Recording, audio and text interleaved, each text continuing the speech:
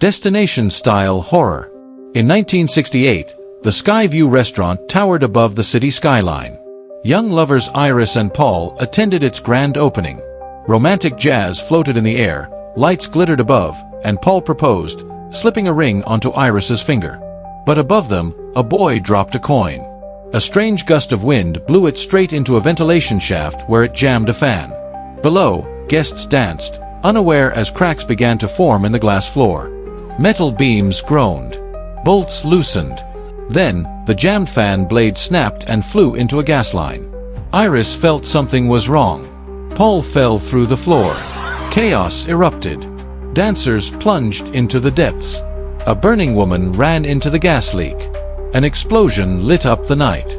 The remaining survivors rushed to the elevator, pushing each other violently in a bid for survival. An old man shoved Iris aside, but got stuck halfway through the overcrowded elevator doors. The overloaded elevator malfunctioned, crushing the old man horribly. Iris struggled to find another escape route, but the stress affected her pregnancy. She suddenly noticed objects sliding sideways, and the ceiling began to crack ominously.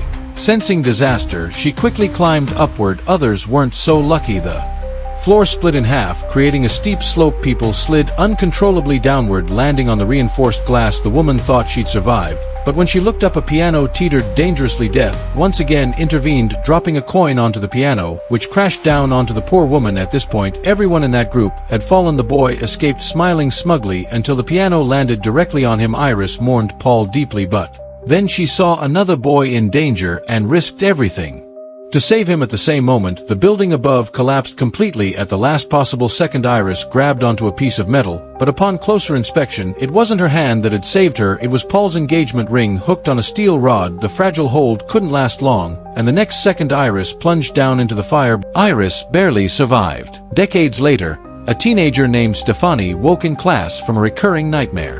In it, a woman named Iris perished in a catastrophic building collapse. Stefani had never met her grandmother, but something about the dream felt real. When she asked her father Marty, he brushed it off. But a visit to relatives stirred deeper questions.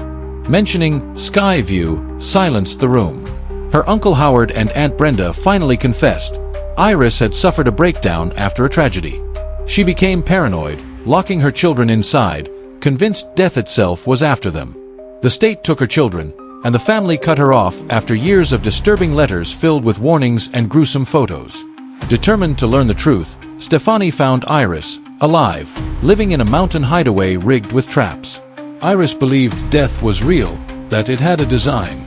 She told Stefani about the night at Skyview. Iris had seen the disaster before it happened. She stopped it, saving hundreds. But that act disrupted the natural order. And death, she said, had been hunting down every survivor ever since. As Iris spoke, death struck. A magnifying glass caught sunlight, igniting a rope. A trap triggered. Iris was killed by a falling fire extinguisher. Her last gift to Stefani was a book filled with names, patterns, and warnings, a record of death's plan. Soon after, Stefani's relatives began dying in increasingly bizarre accidents. Ice shards, lawnmowers, trampolines, compactors, ordinary things became deadly weapons. It wasn't random. Only those related by blood to Iris were dying, and in the same order they would have fallen that night at Skyview. There were only two ways to break the cycle: kill someone else or die and come back. Eric attempted the second method by inducing an allergic reaction. But an MRI room turned into a death trap. He died. Bobby fell next, impaled by a flying spring. Stefani, Charlie, and Darlene fled to Iris's cabin. A fallen coin signaled the final sequence. An explosion ripped through the site. A power pole collapsed. Darlene gave her life to save Charlie. Stefani drowned and was revived, seemingly breaking the cycle. But the nightmare wasn't over. At Charlie's girlfriend's house, signs reappeared: a pricked finger, a red car, a coin on the train tracks. A train derailed. Stefani realized the truth. Her heart had never fully stopped. She had not truly died. The design still stood. Death was still coming. In the final moment, Stefani faced an oncoming train, the same one from her nightmare. Fade to black. Themes explored include the illusion of control, the battle between fate and free will, and the trauma passed through generations.